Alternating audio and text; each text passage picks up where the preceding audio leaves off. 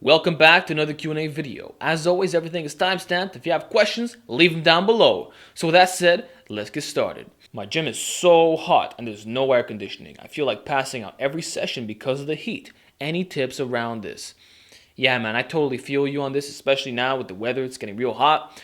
What you got to do essentially is change the time at which you train, okay? Now, if you train anywhere between 12 and 2 p.m., you're probably going to have a hard time working out in the gym because that's when the heat is at its maximum in most places, right? Especially if you got a lot of windows, the sun's going to reflect off that and it's going to go against you. So my advice is, number one, stay away from windows if you're going to train, okay? And don't go during peak hours where the sun is going to be very, very hot, okay? Find out what the coolest times of the day are and train within that time. For me personally, I like training at nighttime because nighttime, whether you live in a hot country or not, is typically going to be a lot cooler. Okay, so it might be like 35 degrees Celsius during the day, but at nighttime it'll drop down to like 15, you see? So that could make all the difference in your performance because I know what you're saying. When you're like really, it's heat exhaustion and it's not like muscular pain or anything, that's a piss off because you can't lift because you're so tired. It's heat exhaustion. So don't put yourself through that. Train at times where it's going to be a little bit cooler because if this is what your situation is, you can't go on. Also, be sure to up your water intake. So if you're used to having a gallon a day, have 2 gallons a day. Okay, I know it sounds a bit extreme, but trust me, when it's hot outside and you're sweating all day, you want to replenish your fluids. So that's my advice for you. Next question. Why does Z-press hurt my lower back? The reason why the Z-press hurts your lower back is because you're arching your lower back, not the upper back. You see, the Z-press is the most strict overhead press of all time. And the fact that you're getting lower back pain proves to me that with your regular overhead presses, you're cheating. You're leaning back all the way. So this is actually a good thing that you've identified this problem. So what you need to do now is work on your thoracic mobility. My advice, lighten the load a little bit on that Z-press and start doing it correctly. Push your head through. You have to learn how to push through, not just arch the lower back. So you have to learn how to be very upright and push that head through and use the upper back. And of course, start doing more mobility work. Start stretching out the areas. There's all kinds of things you could look up on the internet, but you want to eliminate that tightness because what you're doing is improper form, and that's why you're hurting your lower back. So yeah, just drop the ego and build from there. Next question. Why is my strength increasing but my body size isn't? Well, because you're still experiencing neural gains. You have to understand that after neural adaptation ceases, hypertrophy will always occur. But it can take quite a while for that to take place. And also, when you're natural, the amount of muscle mass you gain is going to be relatively small, especially when we factor in genetics into the equation. What you'll find in the majority of drug-free lifters, okay, is that you need to get very strong to get very big. The vast majority here. Now, of course, there are some genetic outliers here who they don't have to be that strong. They have massive arms, massive bodies, and they're lifting bitch weight, okay? Those are the outliers, and we can't use these people to represent most lifters. So the truth is that as a drug-free lifter, you have to get very strong, okay? When I was benching 2 plates, which might be considered good in the gym, I was not that big. I was not big at all, okay? I had a very small frame. Trust me, there was nothing intimidating about it, okay? And even when I got to 3 plates, it wasn't the biggest thing. Like, trust me, like, if you're drug-free, you have to get very strong. So that's number one. You're probably not as strong as you think you are. And secondly, you're still experiencing neural gains. And neural gains are going to come faster than the size, especially if you're running a high-frequency strength program like Bulgarian Light. So you got to wait a little bit, and of course, give yourself some time. It takes years to build a body. It's not fast. Like, put it like this. If you had 100 pounds to your deadlift in 1 month, don't think that you're going to gain that much muscle from it because your strength gains were very fast. There's a lot of neural component to that, okay? You have to wait more months. It might take you 4 months, and within that time, maybe you'll add like 200 pounds to your deadlift, but you're not going to gain the same amount proportional, okay? Your strength is going to surpass the size in most cases on a properly written strength training program. It just is what it is. Welcome to natural land. So that's it. Next question. So is there a way to activate your stretch reflex right before your deadlift 1 rep max? Okay, basically last Q&A I said that in a deadlift, it's dead stop. You pick it up off the floor and there's no stretch reflex. Whereas like something like a pause bench, there is still a stretch reflex because you have to lower the weight. So how do you initiate a stretch reflex on a deadlift? You could, to a certain extent, like number one would be to take it out of the rack, lower it to the ground, and then start pulling. I think that's called the Bob Peoples deadlift. It does work, although it's kind of difficult. But I don't recommend that. I say instead, shake the bar. Walk up to the bar, start shaking it like crazy. This will turn on all the muscles and you'll be more explosive. A really good technique that I like using is I do 2 shakes, right? Then I'll move back and forth, and then I'll pull. So double shake, pull. Or you could just do like a shake here and there. You go shake, then you go back, shake again, and you keep shaking that barbell to pull the slack out and get your body primed up to lift. You know, if you can move the bar up like a few inches when you shake it, and then you can jump into that, you're gonna see that's a lot faster off the floor because you're kind of initiating that explosiveness element. So that would be my advice for you. Next question. Alex, is it possible to tear your biceps with heavy shrugs like 500 pounds while using straps? In my opinion, that would be very, very rare and extremely unlikely. Like, I think that 99% of you guys are never going to tear a bicep doing that, okay? Because, first of all, when you do a power shrug, your arms actually do bend, okay? It's double overhand, and your arms bend to get the extra range of motion. You see, if you shrug just like this, it's not as high. But if you bend your arms, you can actually go higher. And this is a tip that I learned from Bill Starr many years ago. So, in Olympic weightlifting, which is actually, it's called the low pull, right? What you're doing is you're power shrugging with the legs, right? And you're also bending the arms. If you watch Dmitry Klokov do his power shrugs, he does it exactly like this. It's double overhand. He bends the arms, okay, and he uses a little bit of leg drive.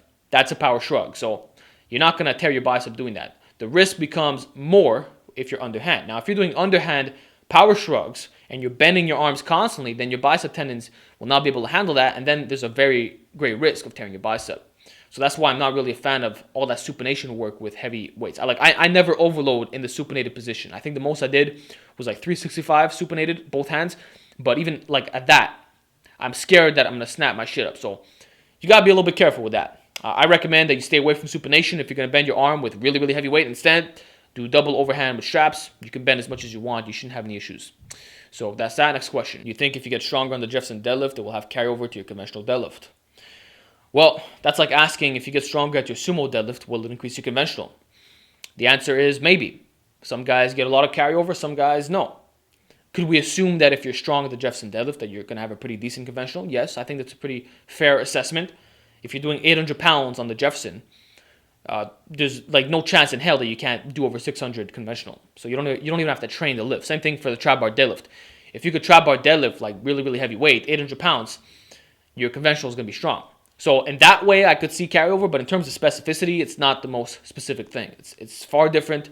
There's a twisting component to it. It's straddle stance, not really the best way to raise it. I would actually say that behind the back deadlifts are a lot more specific to conventional, and the carryover is far greater. But yeah, if you want to get better at conventional, just practice conventional and its variations. Simple as that. So that's the next question. You said that beginners should milk their gains and not use straps and belt. You've recently said that some of the positives of straps and belt. Has your opinion changed? Should a beginner use straps and belt? I can lift a lot more with those too. In my opinion, you don't need it. You really, really don't. Like, if you're a beginner and you're lifting, 2 plates on your deadlift, you don't need straps. You really, really, really don't need straps. Like, if you're having issues at that point, you have some problems. Like, there's something going on there, man. Like, if you chalk up, everybody should chalk up, by the way. Beginner, advanced, whatever. Everybody should chalk up. If you chalk up, you should never, ever, ever in a million years have trouble gripping 225 using the mixed grip. I can't see that as a possibility, okay? Even something like 300 pounds, you shouldn't have trouble gripping 300 pounds with a mixed grip. I'll put it like this. Most beginners that I've worked with in person, they can reach about 275 for 5, double overhand deadlift, and then they have to start using mixed grip. But when they switch to the mixed grip, they never have issues ever again. The bar never slips out of their hand. Like, you should be able to at least make it to 405 without having to use straps. Like, I would say even higher than 405. I would say even 500 to 545 without straps. Now, that's just me being a little bit over the top with that point, but I'm just stressing that you don't need straps as a beginner. You really, really don't. So if you're pulling like in the 100s, the 200s, like, bro, it shouldn't even cross your mind. Just chalk up, you know? And as far as the belt goes, you can use one. There's no real downfalls to it per se, but again, I don't think it's necessary. Like, are you going to dish out $100 on a good belt? Because in my opinion, if you're going to get a belt, you either get a good one or none at all. Either a 10 millimeter or a 13 millimeter, high quality brand, or fucking nothing. If you're going to get those cheap little belts that looks like Velcro around your stomach, don't even wear a belt. Don't even do it. You're better off training beltless. So yeah, you could use a belt. You could. But I would wait till at least the late novice stage. Don't be using a belt at the beginning because you probably don't know how to brace correctly. Learn how to brace. Learn how to use the Valsalva maneuver without the damn thing. And then you'll be good. Like, think about it. I didn't use a belt for over 8 years. Never had issues. So what's a beginner who's been lifting for less than a year wanting to do with a belt, with an Inzer 13 millimeter belt? Really? build your strength a little bit. Then if you're a late novice and you know how to brace, throw it on. So that's my take on it. Next question. What type of cardio would you recommend with the novice program, and how often I like to ride my bike with no handlebars outside? Is that too much? Okay, first of all, why are you biking with no handlebars? I think that's a very dangerous thing to do. I know some guys, they say, well, if you just get used to it, you're not going to flip over or whatever, but I don't agree with that, man, because if you run over a pothole, you can seriously get hurt. You can snap your shit up. Actually, one time, I have scars on my hands because I did that. I was riding my bike without handlebars, went right into a pothole. Went right over it, boom, fell over. My instinct was to put my hands in front of my body. I got scars all across my knuckles and a scar right over here. And it could have been worse. Don't bike without the handlebars. What benefit is there to doing that? Just grab onto the fucking handlebars and stay safe, man. So beyond that, low intensity cardio is what you could do on my novice program. No HIIT. I do not want you doing HIIT on my novice program. I would recommend brisk walk or bike commuting. Although bike commuting could have recovery issues if you're not doing it frequently enough. Now, if it's something that you do every single day, or if it's a part of your job, like if you just use it as a means of transportation, you should not have problems recovering because you're just going to adapt. You're going to adapt to it just like a manual labor job. But beyond that, like I would not consider anything else. And if you're planning on doing high intensity interval training, something like that, then you have to reduce the frequency of my novice program and use the lowest volume listed. So if you're going to be doing boxing twice a week, you must also run my novice program twice a week and use the lowest volume, okay? So that's my answer for you. How do you grow stubborn calves? Okay, I'm going to give you the secret formula right here. Number 1, frequency. Train your calves either every day or every other day. You need to train them at least 4 times a week, in my opinion. 4 or 5 times a week. Second thing, volume. Lots of volume. Maybe 5 sets of 20, 5 sets of 10, multiple exercises in a session. Try to get that volume in. And then thirdly, high exercise selection. So don't just do standing calf raise, seated calf raise. Try to do different calf movements. Then the final thing, weighted stretch. Make sure that the majority of your calf movements have a really good stretch component to it. My favorite lift for this is the calf raise on the leg press. Okay, because you can really, you can put it on your tippy toes and really feel that stretch on the calves. You can even do, after your sets, after your pump work, you can stretch it out for 30, 60 seconds, kind of like dog crap style. But that would be the formula for getting bigger calves. Oh yeah, and one final tip, gain some weight, okay, because that's going to have a correlation to your calves, and weight, because this stuff takes time. So that's that. Next question. Are squats truly necessary, or can I get away with doing lunges and Bulgarian split squats? Thanks. No, squats are not truly necessary. You can get away without doing them. It's a great exercise. People say it's the king of all movements. I disagree with that statement. I think it's one of the best lifts you could do for the entire body. It pretty much works every muscle, It makes you very strong as a whole, great core strength. I mean, the squat is one of the best mass builders, period. It's a really, really good lift. But it's not mandatory, especially if you're not a competitive powerlifter. If you're squatting in the 300s, 400s, whatever, you don't have to chase 500. You don't have to chase 600. Even if you squat 200, you know what? You don't even have to squat. If you don't want to squat, you don't have to. I had a subscriber the other day. He told me that he deadlifts 500 for 2, but his squat, he's not even at 300 yet. Now, some guys might laugh at him, but at the end of the day, the guy's deadlifting 500 for 2, and I'm sure his leg development is fine. You don't have to squat to get big legs. You can do Bulgarian split squats. You can do all that stuff. You can do lunges. Lunges are probably one of my favorite lifts. Actually, when I do lunges, my ass gets massive. My glutes get huge doing that stuff, and my work capacity increases like crazy. Now, of course, squats do the same thing there, but lunges and Bulgarian split squats, excellent way of building your legs. You don't have to squat. You really don't. It's a great lift, but it's not mandatory. You can build great legs without it. Trust me, thousands of guys all over the world have already proved this to be true. So if you don't want to squat, or if you have issues and you just have to do unilateral work, like lunges and shit like that, be my guest. At the end of the day, if you get stronger, you're going to get bigger. So that's my advice. Next question. My throat gets very sore. I feel sore when I eat the day after doing neck curls. Any solution? Yeah, man, that used to happen to me too. I know exactly what you're talking about. Basically, you do your neck curls, get all sore over here, and then your throat, of all places, gets sore. And sometimes it's even hard to talk. So your throat gets sore, and when you eat, it's like, ugh, you feel it. The best thing I could tell you, man, is that you just need more experience. This tends to be a temporary thing.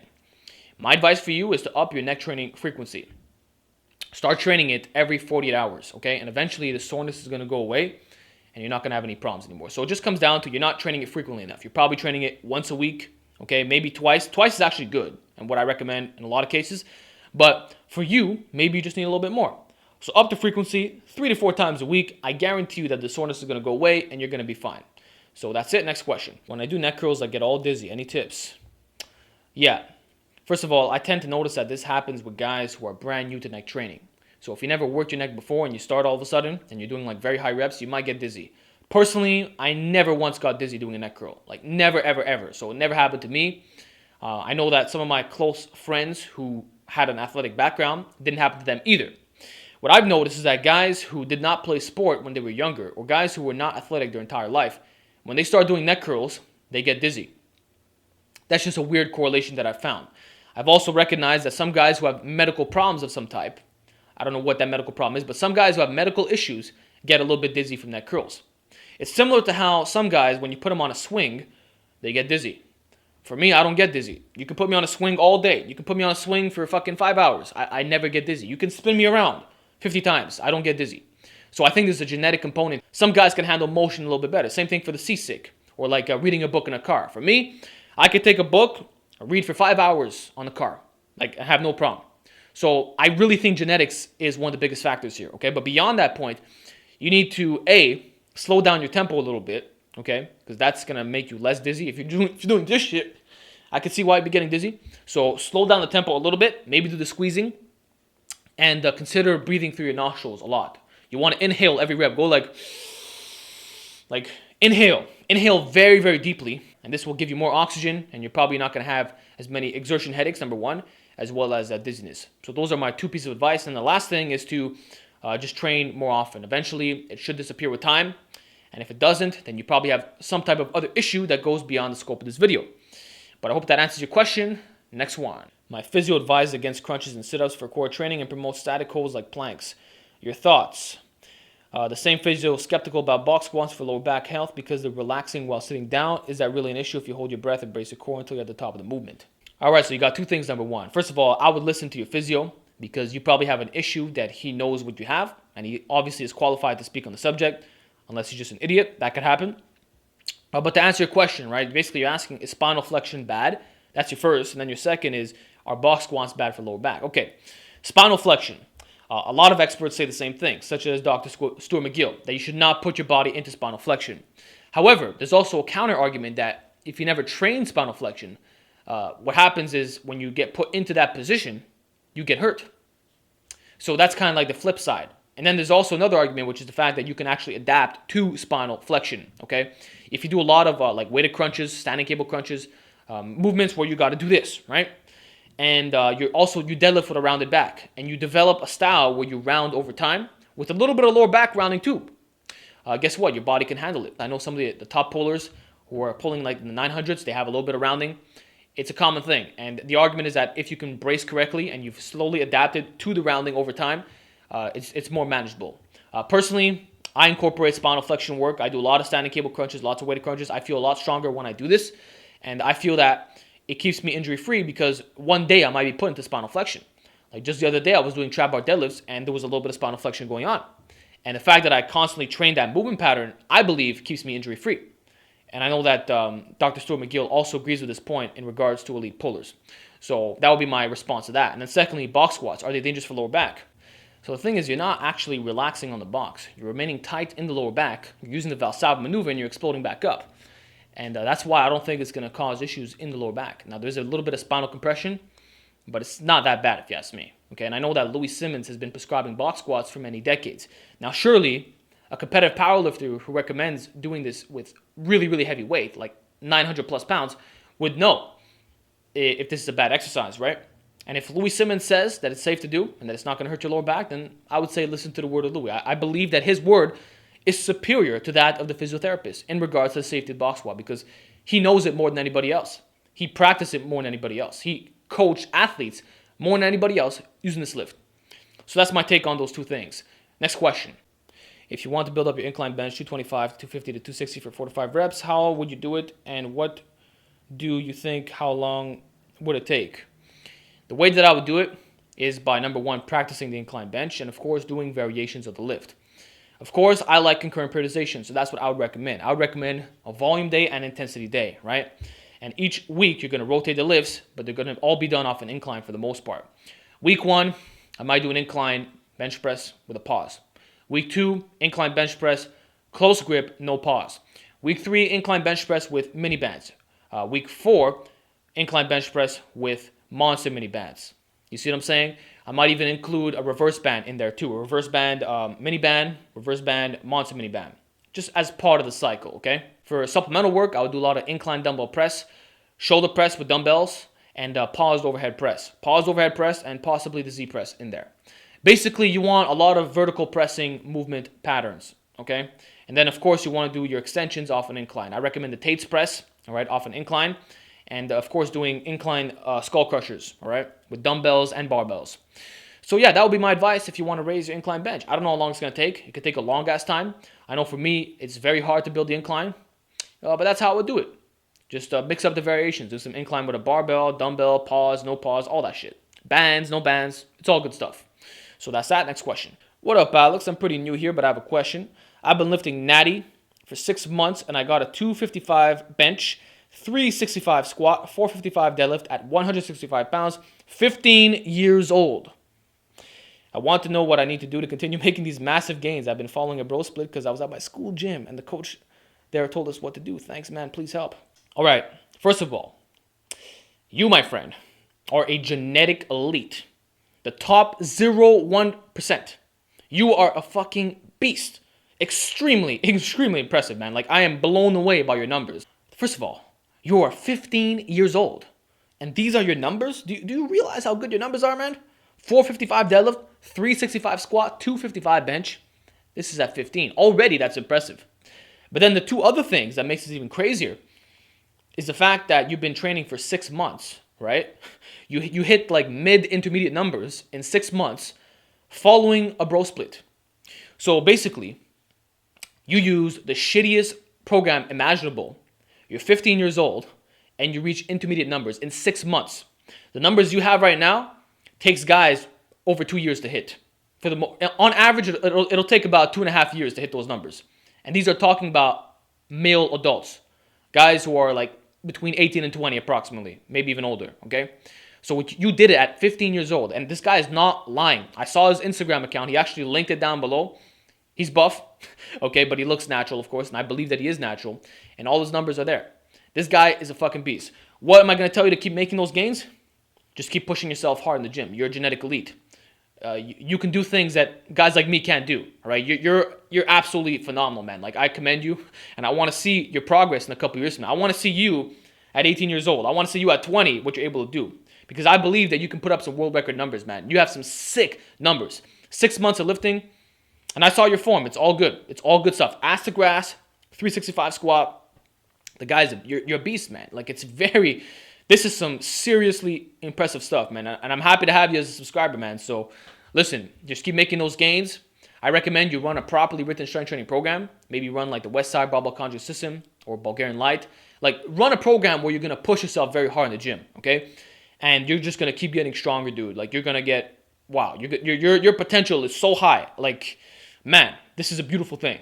So, excellent work. Just keep pushing those gains and get some world records, man. Get some fucking world records. You have to do this. You have to put yourself on the map.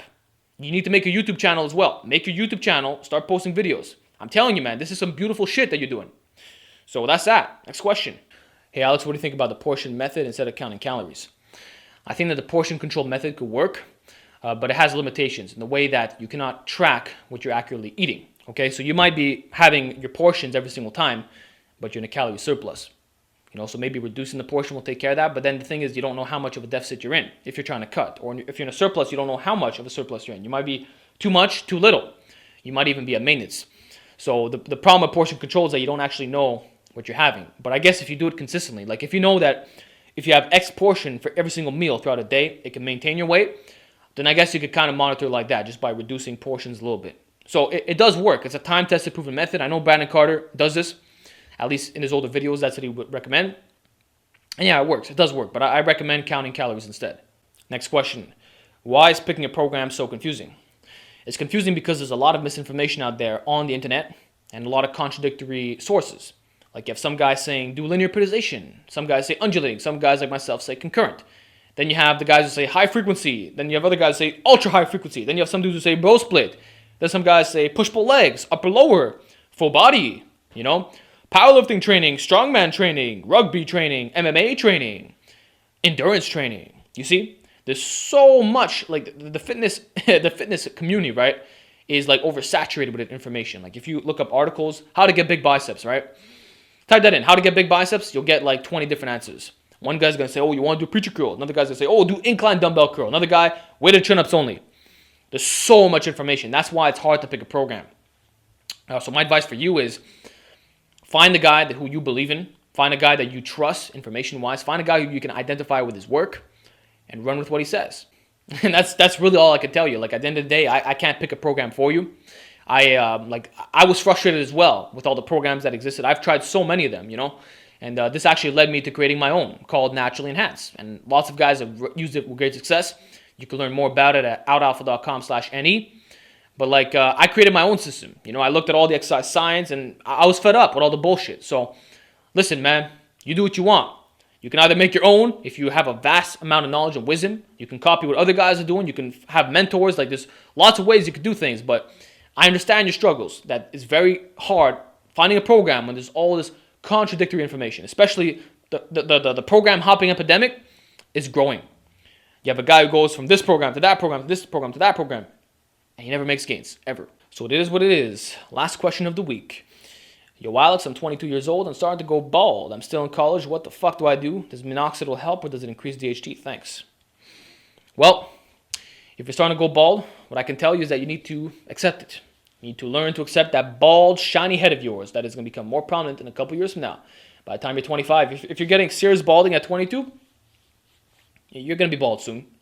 So I say, why not embrace it? Why not go bald right now? Why not just go take that razor, cut it all off, get used to it? Because here's the facts, right? Minoxidal is temporary on the head. And given all the side effects that you can get from it, I would not fucking use it for head hair.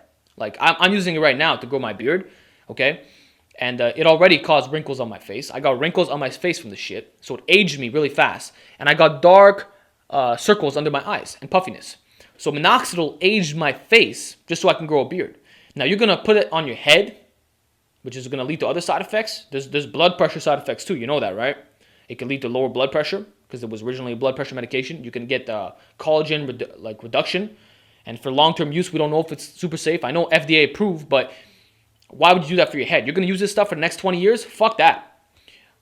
Here's the thing. Minoxidal for the beard is permanent, okay? Because DHT actually grows the beard. But DHT with head hair destroys it. If you have male pattern baldness, which is a genetic thing, right? And you start using Minoxidal, what's going to happen is you're going to have terminal hairs on your head, right? But the moment you get off the Minoxidal, DHT is going to attack your head, right? Male pattern baldness is going to come in, and then they're going to become vellus hairs, and then the vellus hairs are going to fall off, and now you're bald. Okay, so the only way you can keep your head hair with Minoxidal is by constantly using it. That's the only way. Whereas with a beard, DHT is the same thing that builds facial hair. So it's the opposite. DHT removes head hair, but it builds facial hair. That's why a lot of guys who are bald have massive beards, okay? So Minoxidal for the beard, once the vellus hairs become terminal, it's never going to fall off. But for the head hair, if you get off it, you lose it. So to me, it's not worth it. Why would you use this drug? A drug. It's a drug. It's not a supplement. It's actually a drug. Why would you use this stuff for many years just because you're balding? My advice, just accept it. Go bald and learn to live with it, man. That's the best thing I could tell you. Listen, it's not all that bad, right? So yeah, you see my receding hairline? It's a little bit. I've had this since I was a teenager, actually. I just accept it. Soon I'm going to go bald again, you know. You can always do the toupee shit where you grow this really out and then you can cover up this bald spot. But fuck that. Fuck all that shit, man. Just learn to live with your bald, shiny head. So I hope that information helps you out. Great Q&A, guys. Give me more questions down below, and I'll answer them all next week.